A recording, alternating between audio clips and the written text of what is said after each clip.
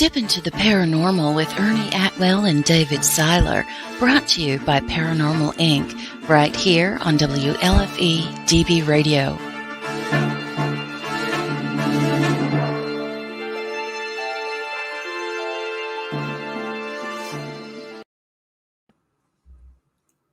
What's up, everybody? How's everybody doing this fine, hot Sunday? Welcome to episode 43. And I got the number right this time.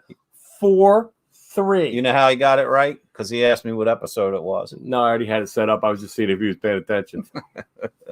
Well, hello. We are going to have a very fun evening this evening. First of all, we do not have a special guest this evening, but we do have to tell you about some of the investigations we have. But first and foremost, we do have a special guest, even though we don't have a special guest. Our special guest, he's very special. This is actually one of the best people around, John McGinnis. What's happening, John? This is our cameraman. He actually is so good, he's actually able to make me look good. Damn, you're good, John. You damn good. I can work miracles. Well, welcome to the show, sir, and thank you for all you do for us. And just to give John credit where credit is due, if anyone has seen Tony Deville's commercial for Deville Inc., that's your cameraman right there. So speaking of Tony Deville Inc., let's start with that. So, what a night that was. Yeah, so about 2 weeks and 2 days ago, no, 2 weeks and 1 day ago, we went to this wonderful place, Tony Deville's Inc. studio.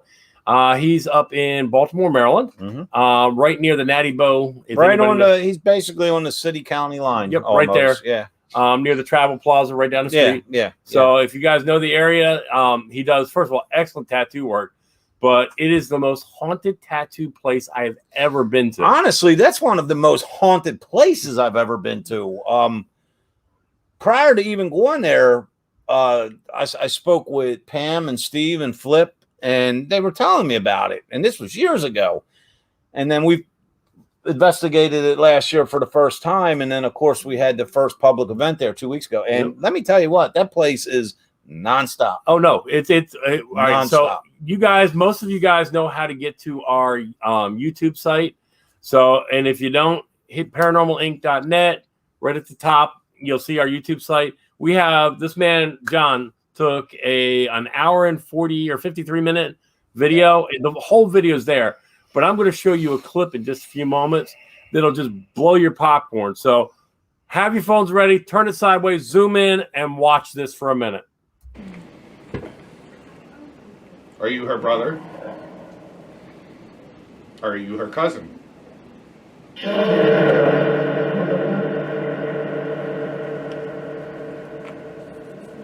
The pencil just moved. And it did. It's not in the same place it was when I looked over. Like it moved easily a half inch. Yep, to the right. It was here. Yep. Yeah, it was. Good job. Do it a little bit more.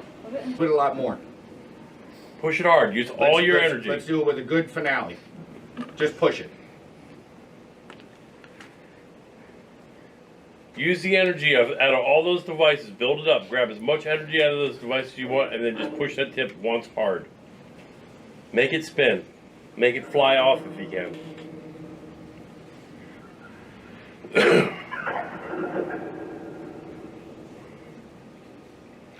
And thank you for not attaching yourself to me this night. This is the first time.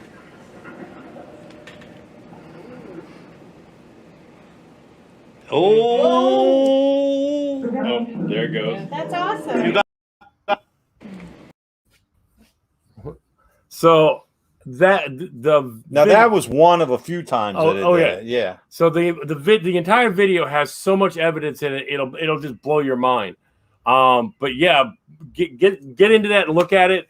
John did an excellent job on this video, and we're gonna say hello to a couple people that wandered in. Hi, Michelle, and hello, Carmen.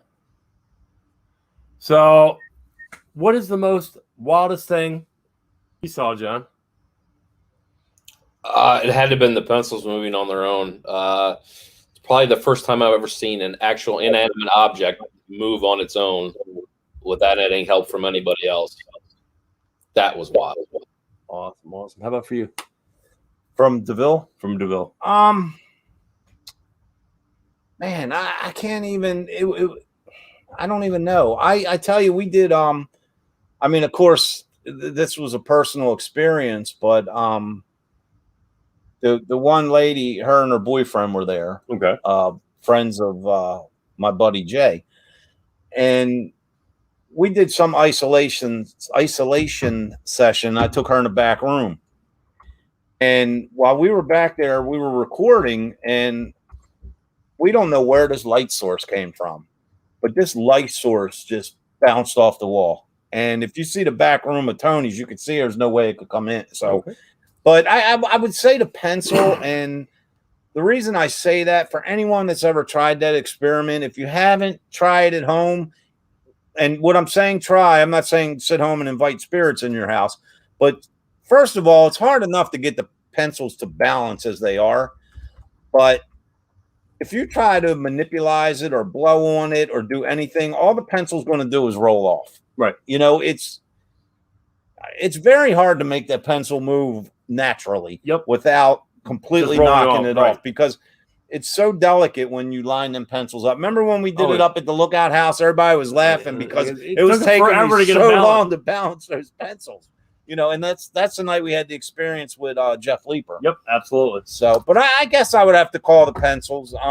Like I said, it did that several times throughout the night. You know, basically upon request, because for a while we had them sitting there and they really didn't do anything until we started asking them to. So, well, mine was when you and my actual boss Tony, who came to the investigation. oh, that's right, I forgot about that. You guys went to the back and you set up a code word. Well, Dave's boss come in, and I didn't know who he was. I was up where like Tony Deville tattoos, and I seen this gentleman walk in. He was kind of like standoffish, and I'm like, I thought maybe he wandered in off the street to make an appointment. So we get to talking, and we did a few things, and then I got to speaking with him, and he was telling me, he's like, man, I can't believe this. He goes, I've heard about what you guys do, you know, at these events, whatever. He goes, my mind is blown. So he pulls me aside and he says, hey, look, is there some way you can involve me in this? Like ask it to say my name or something. So, you know, I did the old, you know, write down a password. Don't tell no one. I went in the back of Tony's studio and, you know, I basically said, hey, Tony H gave me a password. This is it. Anytime throughout tonight, if you could repeat the password for me. And of course, we had great results with it. Yep. It actually, when they came out, and I didn't know what the password was. No one did except me and Tony H. So he put it on a piece of paper and put it down and said, okay, here we did. And we had a spirit box running. It's called a Phasma box. And it came out with something, but I didn't catch it. Well, a few minutes later, it came out again, and I thought I caught it. And I pulled him aside later on, and I said, is the password this? And he's like, yep. And the thing is, a lot of people knew it was the password just because the expression on Dave's boss, Tony, on his face. Yep. His eyes, they popped like a Disney character. If you watch the video, it's on there, and trust me, you're going to catch the word Viper. It's plain as day. Watch when they start asking, is the password, and listen to it. They said it twice, and it was really cool. But the funny thing was when I kind of like, I didn't want to give it away because I knew it said it. So I kind of like took a gander over at Tony, and his eyes were like, you can see he went off. Because if I'm not mistaken, the gentleman that was to my left said, is that it? Or something. Because it's just his expression gave it away. So that was pretty cool. So, all right. So let's move on to last night. Last night was really cool. We have a lot of people in the show that were, listening and watching. They were there last night up at Fort Mifflin. I was there last year. I was asked to stop by at an event, and it was active. But last night, I think it was just the energy too that helped, because everyone was so excited and everyone was having such a good time. I think that joyfulness and just brought everything to life. Nice. Well, wasn't that the first public event at Mifflin since the pandemic? I'm not sure. Greg's actually in the chat. I'm not sure. Greg, is that the first public event since the pandemic? It takes about 30 seconds for them to respond. And I sent Ernie a video of my casemate number 2. So I know there's been like investigations there, but I don't know. Yeah, I don't know the schedule. I don't know if there's been a big, because there was a lot of people there last night. Oh yeah, I mean it was awesome. There was like 50 or so people. Yeah, it was nice. Yeah.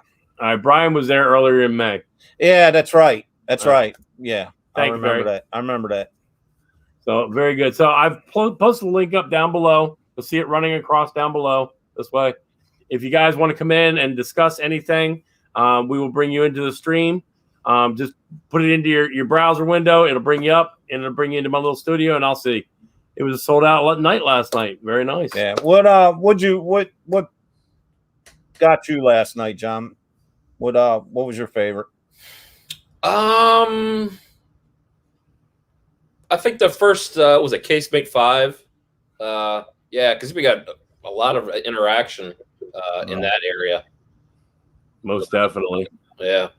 Yeah, we had the Phasma box rolling in there. We had a flashlight rolling in there. EI and K2. Well, I can tell you, we've done several events where we've had a lot of shadow play, but a lot of last night's evidence consisted of shadows. Yes. Like people were seeing them. Mm-hmm. Like multiple people were seeing the same exact thing at the same exact time. And it's just like no matter where we went at the fort last night, shadows were there. It was amazing. I don't even know where to start with that. Well, John and I and a couple other people. That was before I came in. Before remember? you came in. Place sounds. But John and I actually went into Casemate 5 to begin with. But afterward, we went. I don't know what Casemate number of it. Maybe Greg O'Brien can answer it if he's still in the chat. But there's a big mound and it has a tunnel in it, and it looks like when you go in there, there's a square, almost like a grating in the floor, like you would torture somebody in there with a water torch and put a grate over them. Yeah, it's really creepy, and that's the only thing in this room. Yeah. Well, as we're standing there, it's in the center. Correct. So we're around the edges. I have a couple things out. I put a Phasma box up. I put a REM pod up, and I think a K2, whatever I was using. Torpedo room. Thank you, Carmen. So what it was, oh, wow. I just realized she said torpedo room because do you remember on the Phasma box, we heard that ping like a torpedo? Yeah. Oh, wow. I just realized that we got to get that video out. So that was pretty good. But what happened was we were all standing still and I heard footsteps next to me directly to my right, and there was nobody there. John was in front of me and the girls were to my left, and I kept hearing footsteps. So I'm looking at people's feet to see if maybe they're just like moving. He has a foot fetish. I have a foot fetish, whatever. But you could still hear the feet walking. Right. And I'm like, John, are you getting this? And the girls kept talking. I'm like, wait a minute, stop talking. Look what John last night, and John even tried to debunk this. Where I had our merchandise set up. Right. And then next to me was the lady, the author. She had her books out. Mm-hmm. So I was just sitting there. I was returning an email or something. And I was well aware that the air condition was up in the ceiling behind, against that back wall. But it was a steady blow. Well, while we were sitting there, Jersey Paranormal was to my right, and we were laughing and joking about, when we turn, when I turn my back, they're going to throw my merchandise on the floor, and I said, I'm going to go over and steal theirs, and we were goofing off. So I'm sitting there, and I'm on my returning an email, and this is what I felt on the back of my neck. Very rapid, I felt this. So I automatically thought it was one of the Jersey people like messing with me because I went like this. Not like somebody tapped you in the middle of the field. John said, "What's the matter?" And I'm like, and I explained it, and he goes, "Well, the air's right there." I said, "Yeah, well, the air." We both agreed. I said, "I can feel that it's a constant," but this was like, and he even sat there where I was, and the air condition don't do that, but it was very distinct, and that was right from the beginning, man. I mean, that was right before we kicked off anything. We didn't even walk outside yet. Right. Oh, right. Really? Well, what about the commandant's quarters? Well, that you said they called for me because I was in. because I was still in there with the merchandise, and I had just stepped outside when you called. So here's the thing: we got in there, and New Jersey Paranormal was in there, and a couple other people, and they were kind of spread out, and people were standing out watching. But I kind of just parked my butt in the middle of the floor. Why? Because I love New Jersey Paranormal. I love them anyway. But so I parked down, and I threw a K2 up. I threw a REM pod and my Mel, and then I'm like, "Do you mind if I light up the plasma box?" And they were like, "All right, yeah." Lisa says, "Yes, they did," and I heard it. And the ghosts have the hot for you, Ernie. So lit up the phasma, and we were getting intelligent responses. As we were doing that, we got a "Where's Ernie?" I love you, Michelle. So we got a "Where's Ernie?" So I sent one of the girls to go out and find Ernie, and Ernie came in the center, and that's when things really started kicking off. It went bananas, man. It was like shadow. It was like they were all around. And at one point, we heard in the far corner like a rustling around. Like the whole group kind of looked. I illuminated the area. There, of course, was nothing there. But as I started to pan to the right and turn my light off, it looked to me like a head come around the wall and looked at us and ducked back around. Oh, yeah. At that point is when I said, "Are you hiding from us or whatever?" Over the phasma box, the response was, "It's the kids or it's the children." That's actually what Lisa just said. Don't forget the creepy laugh. I can't remember. I don't remember if it said kids or children. But I was standing in the center. One of the whatever meter went off near the railing. So I stepped over to where it was. Now, there was a railing dividing me and the other side, which was a drop down. And that was their REM pod that actually went off. And it went off as a full hit, not just a I thermal. actually saw a shadow about up to my shoulder. It was on the other side of the railing, but it was so close to me that it was instinct to step back because it, like, so somebody don't bump into you. Yep. That I stepped back. I didn't say nothing, but then someone behind or two guys behind me go, "Oh my God, did you see that shadow run by you?" And that's exactly what I saw, and it was amazing, man. Oh, it is. It's a blast. But I'm hoping when John goes through everything that he caught that, because it's just not as, me sitting here telling you a personal experience. You know what I mean? Absolutely. You want to see it on. But it was plain as day, man. And it wasn't quick. It took its time. Like it was strolling right on by me. So, well, there's a whole bunch of things in there. I mean, we were getting, but at one point we were on the left and New Jersey was on the right. And were you still there when it sounded like a rock thrown? And no, John was there. I know it looked like loud. And it was, loud. It literally sounded like something bang. Mm-hmm. Everybody else was going this way, but John and I were looking this way. We heard it from two different directions at the same time. Yep. It was bizarre. And then we heard in the rafters, it sounded like things were crawling around. right. That was. But we got a lot of direct responses when in the, what is it called? Where I saw the shadow. That's the commandant's quarters. Yeah. But we got a lot of direct responses, and not only us, but other people that were participating in the experiments. We would like to welcome our guest, Greg from Fort Mifflin. How you doing, brother? Welcome. Hi. Can you hear us? I'm getting like a double. Let's see. Let's get rid of that. Oh. All right. There we go. There you go. Good. There you go. Welcome. Well, glad to be back. Nice. Very nice. Very nice. So you were just discussing some of the stuff we ran into last night. Did you guys get any reports of anything? It was just last night, I think, was the most active it's been this whole year. And 2 weeks ago, we've been busy with paranormal and scouts this whole year. And, last weekend, it was the Eastern Front reenactment. That was a World War II reenactment on the Eastern Front. So that was the whole weekend. And then this Friday night, and all day Saturday was scouts. And then Girl Scouts came in too. So between the reenactment the week before and all those scouts running around, I think that's one of the reasons why it was so active. And everybody was picking up all those little kids' EVPs. I mean, the kids were just incredible last night. I mean, that's they're there, but I mean, everywhere, everybody they were all over the fort. Oh yeah, I mean, the commandant's quarters. We had a ton of. It sounded like kids, and we saw shadow people that looked like kids. We couldn't keep up with them, and they were laughing and giggling. They were playing with the cat balls and things like that.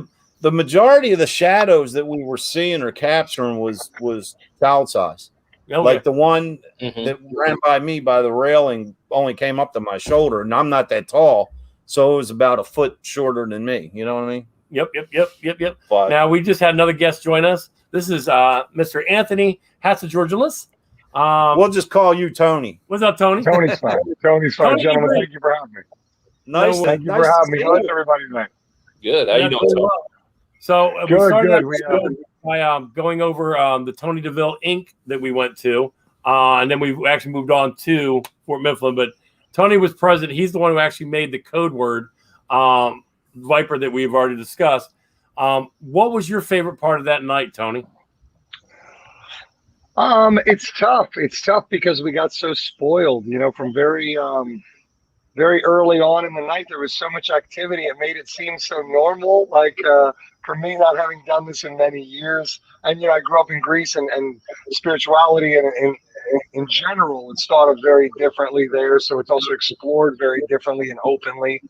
So it wasn't something very mean or foreign to me, but from the moment we sat down, there were so many minutes that made a difference, from the moving objects to Dave had these guys in their pocket. Like it was nuts. We were joking about it because Dave was literally having a reactive, consistent conversation with them for what felt like, I don't know, 30 minutes, like them hitting the lights. Meanwhile, the lights are like $5 lights that we set on a ledge. Like I watched all this stuff be put in front of me.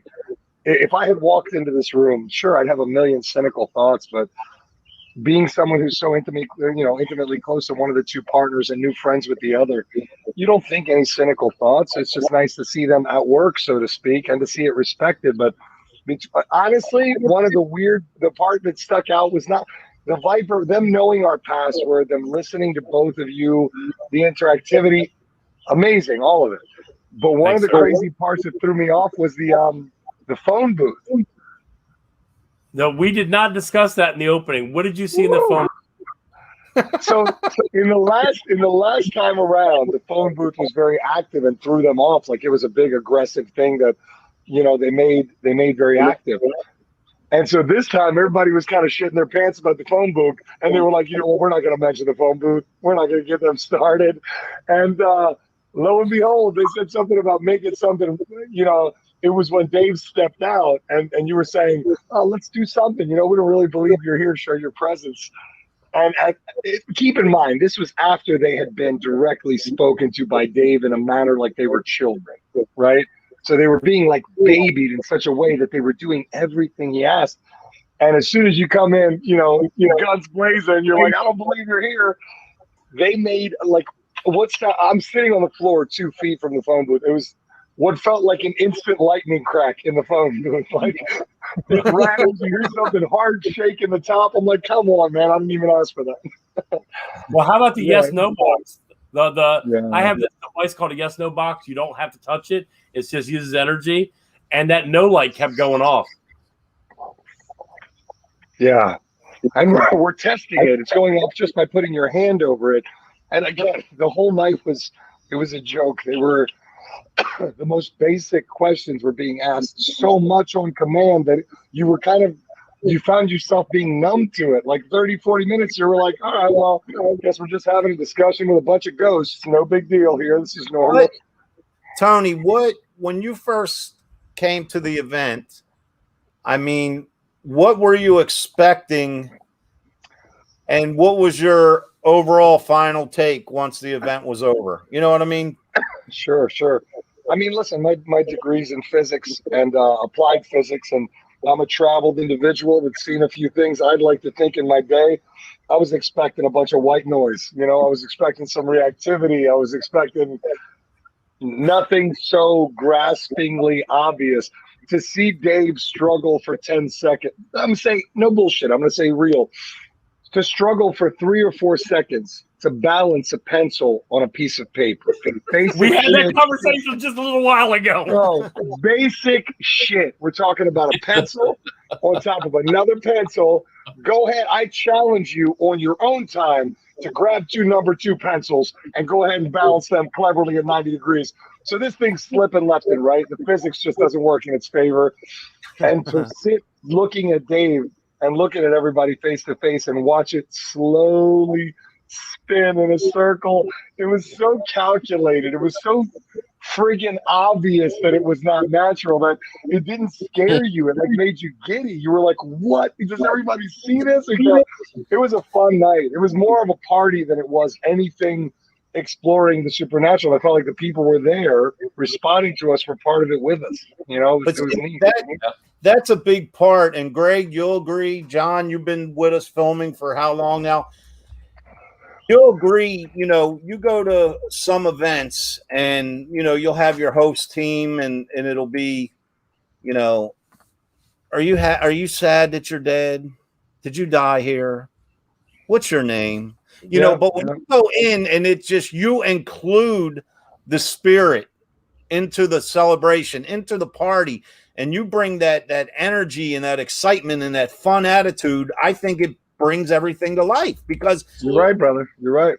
Nobody wants to walk into that basic Ouija board bullshit. Nobody we're grown ass men. It's 2021. The government's confirming aliens. Obviously, there's a bunch of shit we don't know, right? So if we're gonna be open minded, let's not do this little everything. See, here's the bad picture, and you guys know this better than me. But those people that make it a seance, they've turned anything spiritual and paranormal into demonic.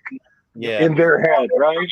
Oh, did you see any demons? No, man. It's not. It wasn't even anything like that. We didn't pray to anything. We turned off the lights and shit started happening. You know. Now we have a question asking about the pencils. They're the standard number 2 pencils that have 6 sides, so they're flat on one side.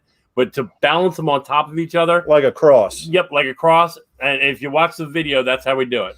Tony, let me ask you, when I took you aside and asked you for the secret word and we did that whole thing, and what's your overall thought? And then what were you thinking when you heard the response? That's a good question, because we put so much, it was very quick, right? We were kind of, it was my first time. So we really got a point of like, they wanted to make it fun for me too. But we were also so excited all this was happening, we were experimenting with whatever we wanted to do. So when you came to me and you said 2 syllables, I kept thinking to myself, what if I say some bullshit that's not distinguishable and you hear it in a whisper and it sounds like white noise? And that's why I said, you know what? Viper. It will be indistinguishable. And it was split second. I don't use the word viper in anything that I do. It's nothing that has to do with my life. The closest to Viper I know is, I think that was what Stallone called himself in that terrible movie from the early 90s. Something like that. Hey, you got Tony. Lauren says, we freaking love Tony. He's epic. But it was great. It was great, man. It was really neat because you made it so easy for me, both of you, because not having experience with that, it was like cheat sheets. I came into it and you were like, all right, well, check this out. Pay attention to this. Look at these things. And it was nice. But when they said the word Viper, if you play back on the tape, the first time it was jumbled. The second time, the female voice comes out and says it directly, a whisper. Everything was dead silent. It was like she took it aside and goes, Viper. I shit my pants in that moment. I saw your eyes go about this big, brother. I was like, I told Dave, I said, I knew it just repeated the word because I didn't want to be obvious. Started doing the. No, I glanced over at Tony and his eyes looked like a Disney character. Well, listen. Here's why. Let's do this. Every time Dave knows this. Dave and I are lucky enough to work during the day. He's a pivotal part of one of the reasons that our company is so forceful is Dave Seiler. I don't know. I'm sure he doesn't tell you guys at night, but he's a lead engineer at a really great tech company in Baltimore, and he's super respected by these higher ups at the state. So Dave and I always have to be in a different scenario. We never get to be us and this. And going back 20 years, we have so many different facets of our friendship. We got to wear these hats, right? So when I got to see Dave in his element, and he was so relaxed and he was so effortless, and I see his partner, everybody's so knowledgeable, it really is easy to take for granted what's happening. Other cynical people, the same way we beat the shit out of ideas at work, Dave, I come here to beat the shit out of the Paranormal Inc. idea and to say, oh yeah, it's all fake. So I walk in the room, I'm seeing the most trivial little things and then technical things, looking into sound waves, frequency, vibrational waves. I looked at things that mimic the things that I knew in my past. So in this little floor, we had a lot of technology and a lot of basic. But it was that word. It was you guys telling me say something indistinguishable and them making it so unique. That's what I loved about it. The first one was 3 voices together in a different tone. The second wasn't like we copy and pasted some bullshit or recorded and replayed something. This was a woman's voice whispering Viper to a room of people that lost their shit. So you can't make that stuff up. You can't make that stuff up. Very good. Oh. All right, Tony. Well, we're going to go back to our other investigation from last night. I just want to say thank you for joining us. One love, brother. And thank you guys. Tony, come see us again, man. He's coming to 1 in 2 weeks. Oh, Sam Miller. I'm coming up to Sam Miller. I'm bringing a good friend of mine who's super interested. I can't wait to see more with you guys, man. You're killing it. Keep it up. I got a new toy that you haven't seen yet. They're called cat balls. That terrifies me, but I'm in. I love you guys. Thank you for letting me be a part of this. Okay, thanks a lot. Yeah, we'll talk to you. See you, Tony. So he is the owner of my company that I actually work for, and he is an amazing, amazing man. I've known him 20 plus years. I knew him from karate. I got to give a quick shout out to Tony Deville because he made me. Tony H reminded me of something. When we got to the event and started setting up and everything, as the guests were arriving, Tony came out with trays of cheeses and crackers and fruit he fed us desserts and all the cold drinks, and it was such a unexpected. He fed us. Plus, I mean, and he fed us. Yep. Not just he snacked us. He fed us. Yeah, it was good. But yeah, Greg, I tell you, we got a lot of. I mean, our phones have been nonstop since last night, and just the positive feedback and the evidence and the experiences that people had last night, man. I don't know how you're there every day and not go crazy, because I would be losing my mind trying to capture as much as I can. I interplay with them, it's just, they know me, and they basically know everybody that's there, the regulars that are there. They know our names, and they like to play games, and I've experienced everything you can think of, full body, shadows, stuff goes through me. I want to just have an intelligent, sit down and face-to-face intelligent conversation. That's my goal right now there, just to sit down one night and have a face-to-face conversation. So that's what I've been working on. I had a group of about 5 people in the, man, I can always get the names mixed up. The powder mag. Yes. So, man, we had some really good activity. We actually saw I don't want to say a shadow, but I want to say a silhouette literally start to manifest. Now, after a while, everything kind of went quiet, and actually the room brightened up.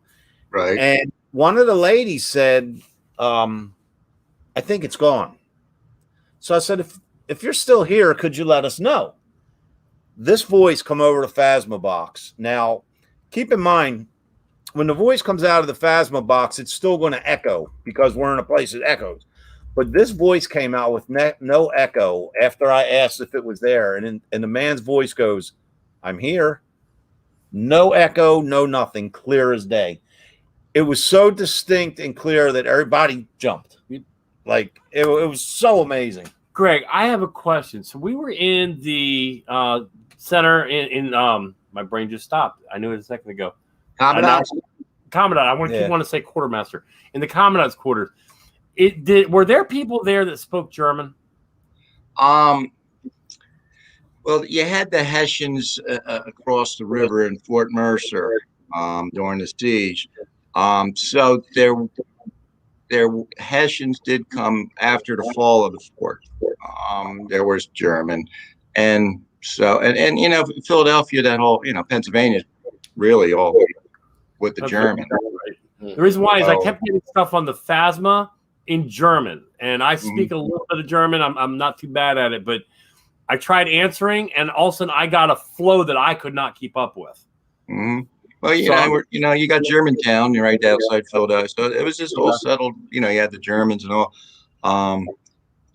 We get a lot of French captured because the French, the French are when the fort was being rebuilt, it was by the French under Adams. I got to remember that for next time.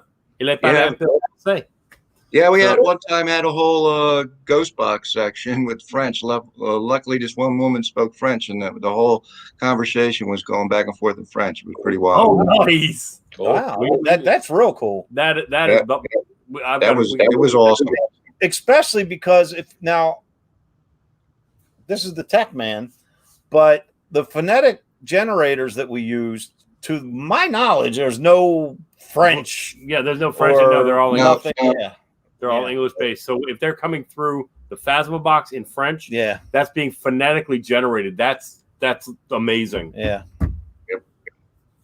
So, but yeah, I mean, everywhere, every inch of the fort last night was it was wild. It was great. Yeah.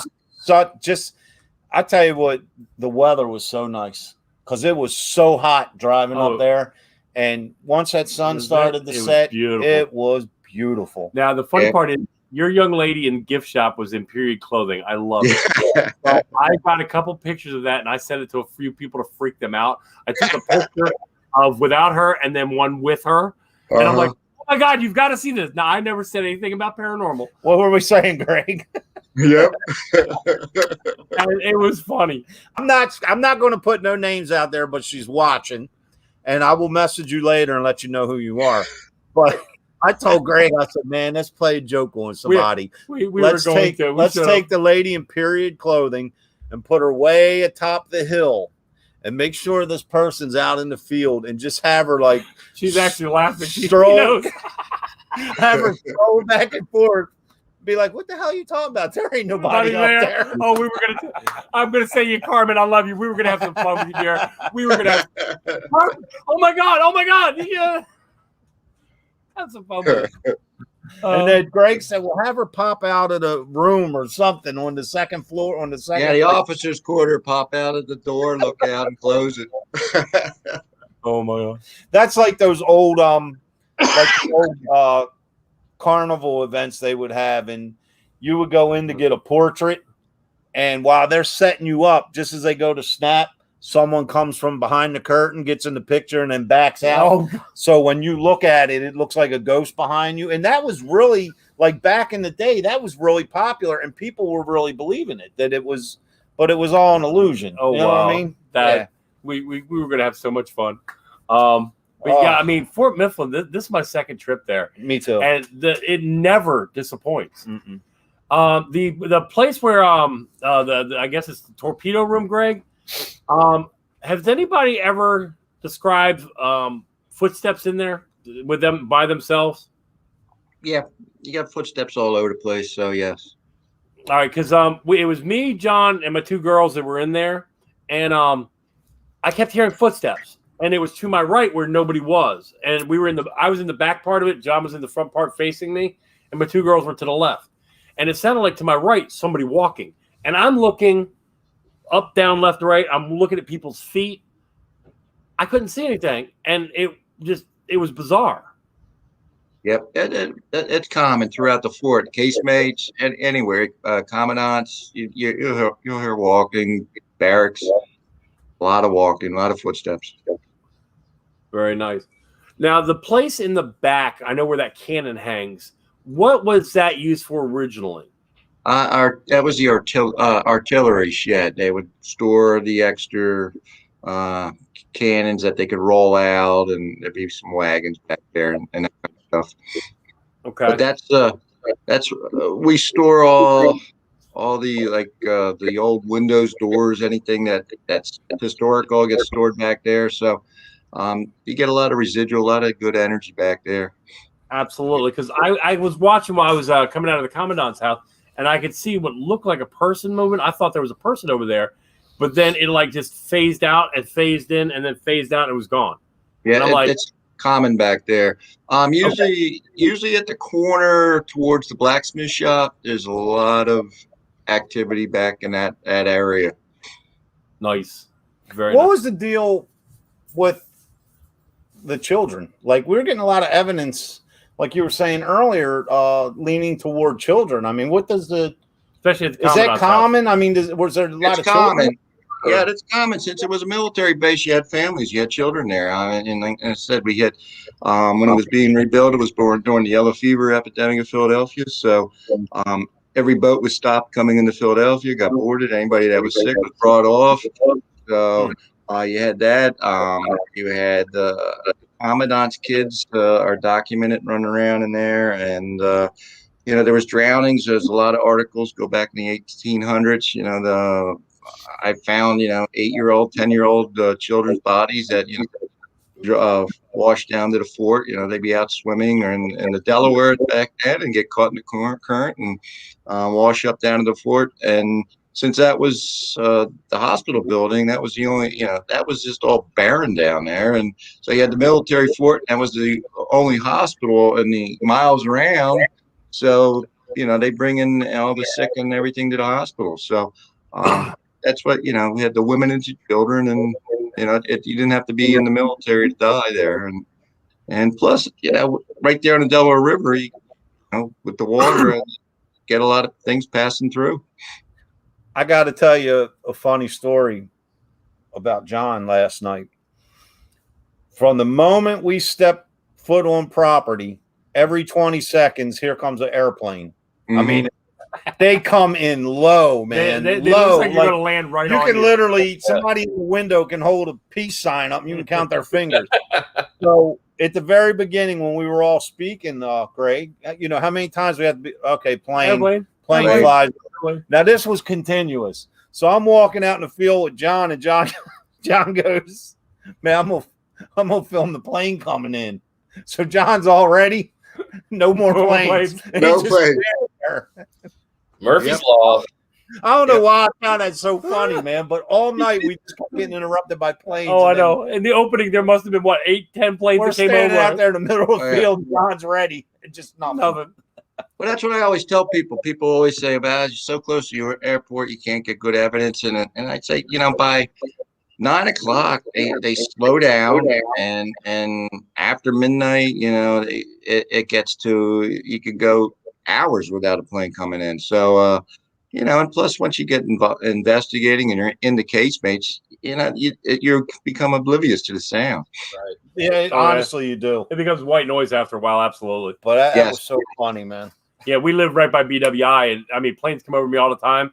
And actually, I'm noticing the cicadas more than the planes at this point. Oh yeah. I tell you what was scary, man. During right after 9/11, they've rerouted the plane route as they come in. And all the years I've had my house, they come a certain way out back. Mm-hmm. Well, after 9/11, they rerouted them. And like Ruby and I would be sitting on the porch, and it would look like a plane just flying down my street, and we see them coming in from the city over into the county. And man, they start to descend because I only live 10 minutes from the airport, if that.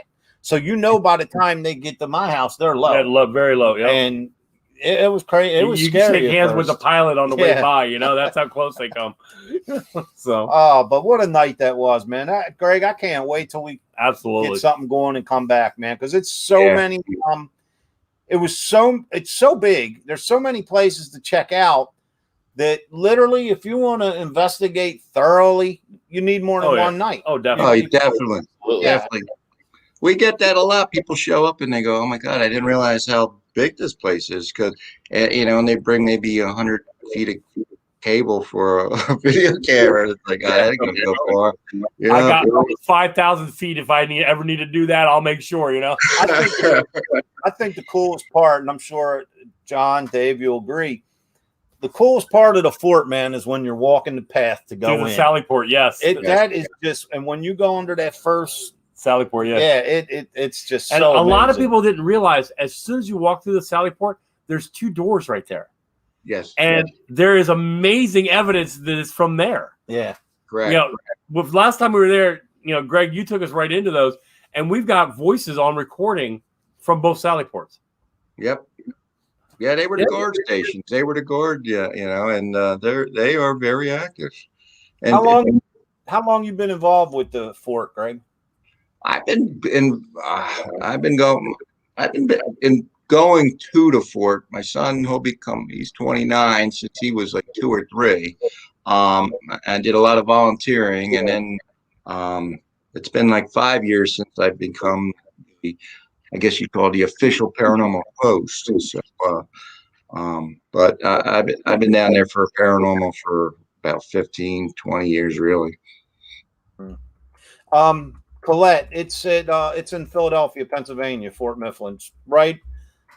It's right at Delaware, PA. Yeah, right, Delaware, PA, New Jersey, right there in that corner. Yes, right in the southeast corner. It's right by the airport. It's right all over the border from Delaware County and Philadelphia County. But when he says it's right by the airport, literally, if you sneeze, whatever comes out is going to hit the airport. So, I changed one of the tires on the planes on the way by. It's right next to the airport. They came in low last night. Oh, you ain't lying. Yes, they did. Especially when you get a 747 come in. Oh my God. Oh Lord, that must be loud. Yeah, but I tell people it's unique. You don't have to like the paranormal. You have the history. You have the airplanes if you like airplanes, and we're right on the river. And you got the big tankers. You can watch boats go by all day long too, and you got the nature, and so you got everything. What river's that behind there? Delaware River. Okay. But even though once you go on top of where the cannons were, there's actually outside where cannons were. So this place is huge. Yeah, it is 40 total acres. Oh wow, damn. So you guys got it. If even just to go up there, if you don't like paranormal, which I hope you do if you're watching this show, but get over there, just take a look, have some fun. Carmen's there almost every day. She comes up with some amazing photos and evidence. Checking Paranormal Inc. She posts them up there, and it's just incredible. So we welcome you all to post your evidence up there. But we definitely have to get something going again, man. I can't wait to get back there. And my apologies to the folks that are watching. I had to leave early last night. My daughter told me after I got there she hadn't eaten anything all day, and her blood sugar level dropped out on her, and it was like. She's like going, Dad, I need to get some food. I'm like, oh God. So it's like, okay, guys, gotta leave. Sorry. And I had a great time. I loved every bit of it. Greg, I love you. You're like aces. As soon as you looked up, I'm like, Greg. Greg and I had a conversation last night before I left, but I've always, and you've heard me say this before, I just enjoy places where we're able to investigate outside as well as inside, because it's the same, but it's different. Yeah. And just the vast variety of evidence that you can capture outdoors is amazing. And over the years, some of the best evidence I've ever captured doing anything has always been outside. Definitely. It doesn't have to be a mansion and, a house from the 1700s. And man, there's a lot you're going to catch outside when you're at the right location. And in my opinion, Fort Mifflin is the right location. Oh, absolutely. Yeah. So, I love just sitting like in front of the barracks here with the benches. I'll sit there 2, 3, 4 o'clock in the morning and just sit there and you'll see sentries walking around up on the wall. You've heard them marching in front of you. I mean, it's just, you just take it all in, and it's just amazing what you'll see. And like you say, just being outside, they're running around from different building to building, and it's just it's so Yeah, I mean, it's relaxing. That place is no BS, guys. You got to get up there if you haven't been to Fort Mifflin. It's about an hour and a half, 2 hours from BWI. North, almost straight up 95. Yeah, it's straight. Damn, they're a straight shot, straight up. Straight 95. Yep. And then it's right off. So, there you go. And Carmen's saying, "Boy, she'd love to be there at night with you, Greg, in 4 o'clock in the morning." Well, she does the Sleep with the Ghost in October. Yep. There you go. There's your chance, Carmen. Carmen, you got to be our field reporter. You got to go sleep with the ghosts and let us know how it was. Film at 11. Yeah. All right. Well, it's getting to be about that time, Greg. So I want to say thank you for joining us. God bless. We'll get something together soon again with you. And from what I understand, it was a sold out event. Sold out event. All our open investigations have sold out. We limited to 50, and people think, well, 50 is a lot, but like you say, it's so spread out. Once people spread out, yeah, it looked like you don't even see anybody around. So, you know what's funny though? When you start like halfway through the investigation, I was outside by myself, and for so many people, it was empty. You don't hear nothing. No, like if you walked into the fort, you wouldn't think anyone's there. Yeah. That's how cool it is. It looked empty. Yep. Yeah, it does. Greg, we will see you in August at the Gettysburg Bash. Correct. I'll be at the Gettysburg Bash there in August, and then the world's largest ghost hunt's going to be at the fort this year, September 25th. Awesome. So anybody wants to come out for that, you're welcome. And we have our next open investigation is July 24th. So hopefully we'll have some other special guests show up for that. But if you're interested, get your tickets, sportmifflin.us, and they go fast. Anytime, awesome. Greg, we're here 24/7, man. You ever need us, you know how to get us. Yep. I appreciate you guys. Greg, thank you for being on the show. Thank you for joining us and everything you do, bro. I appreciate it. One love, man.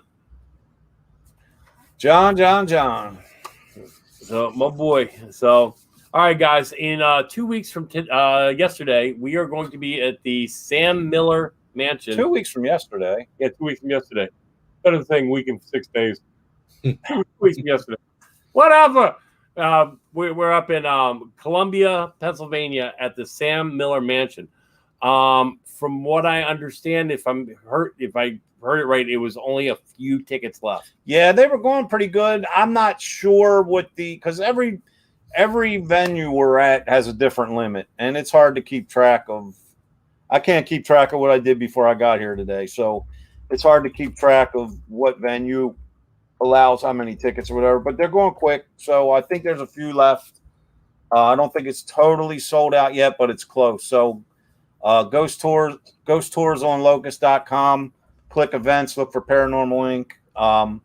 We will be joined not only by our cameraman John, this guy right here, but we will also have medium Kelly Miller with us, as well as Mr. Jeff Leeper, who you've seen on probably about every ghost show there is. Yep. So if you want to get a quick view of Jeff, watch the very last scene of Ghost of Shepherdstown, season 2, episode. Yeah, when they did he's the one who got rid of whatever it was. Very good episode. Yep. So he's worked with us on a couple of things, getting rid of some bad things that have attached. Actually, he's the one when we first time we did the pencil experiment when he was there in Gettysburg at a location up there, and Jeff was with us, and it said demonist, and it said it's demonist or exorcist. Demonist. And we said, because the pencil was pointing at you, I said, well, Jeff's a demonist. Can you point the pencil at him? And it went right to him. And I was like, oh my Lord. And I said, okay, can you point it back at Ernie? And it went yoink. Yeah. And we were all just like, and then a couple seconds later, it looked like somebody flicked it off. So John, any last remarks, man? For those interested in the Sam Miller Mansion, highly recommend. Place does not disappoint at all. You're going to hear and see it all. It's badass, man. I'm looking forward to it. Oh yeah, I can't absolutely. wait. I think the event time is 7 to 11 or 12 or 8 to 12, something like that. But all the information's there. We'll let you know prior to the event. If you want to take it, and if you haven't gotten it yet, Ghost Tours, plural, TOURS, on Locust, LUCUST. So ghosttoursonlocust.com and grab it. It's 2 weeks from yesterday. You know the coolest part, man, I always enjoy when we first get there. For those that have been there know exactly what I'm talking about. When you enter the building, the first room you go in is a big parlor. And it always reminds me of Interview with a Vampire. I don't know why. But then you just see this little door there. Yep. That sometimes opens on its own, but you'll see this little door, and when you open the door, man, them steps go straight up into the mansion. It's like, oh, and when here they we do go. open it, you'll be just standing there like we've been talking, and all of a sudden you hear, yeah. But walking them steps is like when you're clicking on a roller coaster going uphill because you know what. Oh Lord of mine. Well, guys, thank you for joining us. Our hour is just about done. And we will be seeing you soon. We've got lots of things going on. In 6 weeks from yesterday, we have the 6 weeks. Oh, you mean the next event? Oh, we will be making our grand debut at the 1912 historic Hoover House. Hoover House with Pam and Steve Barry and Eric Julian and our whole Gettysburg hookup. And can't wait, man. Can't wait for that one. We'll be hosting an investigation there, but the cool thing that I like is we've never investigated there yet. So we have no idea what to expect. I don't know nothing of the history. I didn't ask Pam and Steve about it or Eric. I just want to go in blind and take everybody with us. So you're in for a treat. Huh? You're in for a treat.